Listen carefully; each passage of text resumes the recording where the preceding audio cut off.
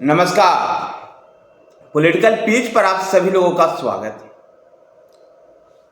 आज इस वीडियो में चर्चा करेंगे बिहार की राजनीति को लेकर के। क्या बिहार में भारतीय जनता पार्टी जेडीयू के दबाव में है या अपने ही नेताओं के उलझनों में उलझी हुई है? गौरतलब है कि सीमांचल के भागलपुर से गिरिराज सिंह जो केंद्रीय मंत्री हैं, हिंदू स्वाभिमान यात्रा निकाल रहे हैं। उनका कहना है कि उनका मकसद हिंदुओं को जगाना है। जिस प्रकार से सीमांचल में डेमोग्राफी चेंज हुई है, उसके प्रति लोग हिंदुओं को जगाना है। भारतीय जनता पार्टी एक एच प्लान के तहत वहां काम करते हुए नजर आ रहे थे। लेकिन आखिर क्या कारण हुआ कि बिहार प्रदेश इकाई के अध्यक्ष दिलीप जायसवाल ने कहा कि गिरिराज सिंह की हिंदू स्वाभिमान यात्रा से पार्टी का कोई संबंध नहीं है। हाँ, व्यक्तिगत तौर पर भारतीय जनता पार्टी के सांसद, विधायक या कार्यकर्ता और पदाधिकारी अगर भाग लेंगे तो उनको मना नहीं किया जाएगा। आखिर ऐसी ये परेशानियां आई क्यों? गिरिराज सिंह की हिंदू स्वाभिमान यात्रा को उनके सहयोगी दल जेडीयू समेत विपक्षी पार्टियां आरजेडी और कांग्रेस भी विरोध कर रही। दरअसल सीमांचल में जो अब कटिहार, किशनगंज, अररिया, खगड़िया ये जो जिले शामिल हैं, इन जेलों में अब अल्पसंख्यकों की आबादी बहुत तेजी से बढ़ी। याद कीजिए 2020 के विधानसभा का चुनाव, जब इसी क्षेत्र से एआईएमआईएम के 5 विधायक चुनकर के आए थे। इस क्षेत्र में बांग्लादेशी घुसपैठिया गंभीर समस्या बन गई। इस क्षेत्र में बांग्लादेश घुसपैठियों की वजह से बहुसंख्यक आबादी अर्थात हिंदुओं की आबादी कम होती चली जा रही है और अल्पसंख्यक विशेषकर मुसलमानों की आबादी बढ़ रही है। इसको लेकर के पहले झारखंड के सांसद निशिकांत दुबे ने और अब बिहार के विधायक हरिभूषण बहचौल ने भी केंद्र शासित प्रदेश बनाने की मांग की थी। इसी क्षेत्र में, इसी सीमांचल में गिरिराज सिंह हिंदू स्वाभिमान यात्रा निकालना चाहते।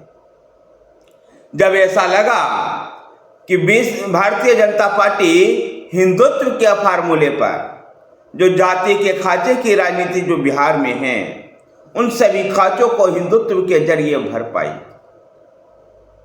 यद्यपि गिरिराज सिंह की इस यात्रा से भारतीय जनता पार्टी ने अपने आप को अलग जरूर किया है, लेकिन अपने नेताओं को अलग नहीं किया है और न ही गिरिराज सिंह को मना किया है। यह भारतीय जनता पार्टी की एक सोची समझी रणनीति हो सकती है, जैसा कि आरजेडी और कांग्रेस के लोग भी कह रहे हैं। जहां एक तरफ जेडीयू के साथ रहने के लिए पार्टी से इसको पार्टी का एजेंडा नहीं बता रही है, पार्टी का कार्यक्रम नहीं बता रही है, तो वहीं पर भाजपा के नेता गिरिराज सिंह और उनके साथ अन्य नेता जब शामिल होंगे तो जनता के बीच में यह मैसेज जाएगा कि भाजपा के लोग हिंदुत्व की बातें कर रहे हैं। जहां भारतीय जनता पार्टी का वो जाति की राजनीति वाला खांचा इसे भर जाएगा, तो वहीं पर मौका मिला तो जेडीयू लोक जनशक्ति पार्टी समेत जेडीयू और लोक जनशक्ति पार्टी जैसे सहयोगी समेत विपक्षी कांग्रेस और आरजेडी को भी चित करने में देर नहीं करेगी भारतीय जनता पार्टी। यही वो कारण है कि ऊपरी तौर पर देखें तो बिहार भाजपा में एकजुटता नहीं दिखाई दे रही है, फूट दिखाई दे रही है। फूट केवल इसलिए है कि दिलीप जायसवाल गिरिराज सिंह से हिंदू स्वाभिमान यात्रा से पार्टी को अलग किए हैं। केंद्रीय स्तर पर भी कोई नेता इसको लेकर कुछ नहीं बोल रहा है। इससे साफ तौर पर जाहिर है कि दिलीप जायसवाल केवल पार्टी को अलग कर रहे हैं, लेकिन नेताओं को उसमें जाने की छूट दे रहे हैं, जो इस बात का संकेत है कि भारतीय जनता पार्टी बिहार के विधानसभा चुनाव में हिंदुत्व के फार्मूला को अपनाएगी। और विशेषकर सीमांचल से जब ये यात्रा शुरू होती है तो सीमांचल वो मुस्लिम बहुल क्षेत्र है जो आरजेडी जिस वोट बैंक पर दावा करती रही है, जेडीयू भी मुसलमानों के हित के लेकर काम करते हुए आवाज उठाती हुई दिखाई देती है। ऐसे में भारतीय जनता पार्टी को अपने आप को इस यात्रा से अलग करना और अपने नेताओं को जाने की छूट देना एक बहुत सोची समझी रणनीति है, जहां भी भारतीय जनता पार्टी के नेताओं की जाने की छूट की वजह से भारतीय जनता पार्टी के जो राजनीतिक हित है वो फुलफिल होते हैं, तो पार्टी को साइड में रख करके नेता व्यक्तिगत रूप से उसमें जाएं, ये बातें कह करके जेडीयू के साथ जो एलाइज है उनके भी पॉलिटिकल इंटरेस्ट फुलफिल हो रहा है। भारतीय जनता पार्टी आगामी विधानसभा चुनाव में इस मुद्दे को लेकर के जोरदार तरीके से उठाई। इस बीच बिहार में 4 सीटों पर होने वाले उपचुनाव हैं। इस उपचुनाव में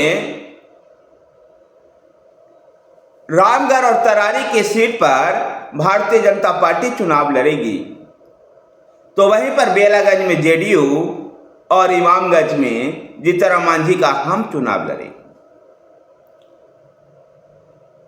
बिहार विधानसभा के इन उपचुनावों में सत्ता और एनडीए के साथ विपक्ष की भी परीक्षा होगी, तो वहीं पर प्रशांत किशोर भी अपने संगठन जनसुराज को राजनीतिक दल के रूप में देने के बाद यह उनकी पहली राजनीतिक परीक्षा होगी, जहां पर वो किस प्रकार के वोट बैंक ले पाते हैं, ये आगे की राजनीति में उनके लिए एक लिटमस टेस्ट। कह सकते हैं कि बिहार विधानसभा चुनाव 2025 का ये 4 सीटों का उपचुनाव सेमीफाइनल की भांति है। लेकिन नीतीश कुमार ने इस बीच में एक और मैसेज देने का जो प्रयास किया कि एनडीए शासित मुख्यमंत्रियों की बैठक में नहीं गए, जहां डिप्टी सीएम गए, और न ही वह हरियाणा के पंचकुला में भारतीय जनता पार्टी के तीसरी बार सरकार बनने पर न्यासी सैनी के शपथ ग्रहण समारोह में गए, जबकि वहां पर एनडीए के तमाम नेता की मौजूदगी थी। जेडीयू से ललन सिंह गए थे, लेकिन मुख्यमंत्री नीतीश कुमार नहीं पहुंचे। इससे क्या मैसेज देना चाहते हैं नीतीश कुमार, जो थोड़ा समझ से परे लग रहा है, जहां एक तरफ वो सफाई भी देते हैं कि उनसे गलती हुई थी कि 2 बार वो उन लोगों के साथ चले गए थे और उसके बाद भी इस तरह के शपथ ग्रहण समारोह में नहीं पहुंचे। इससे पहले याद कीजिए कि हैदराबाद में चंद्रबाबू नायडू के शपथ ग्रहण समारोह में भी नीतीश कुमार नहीं गए। धन्यवाद साथियों, वीडियो को लाइक कीजिए, शेयर कीजिए, हमारे साथ बने रहने के लिए हमारे चैनल पॉलिटिकल पिच को सब्सक्राइब कीजिए। धन्यवाद।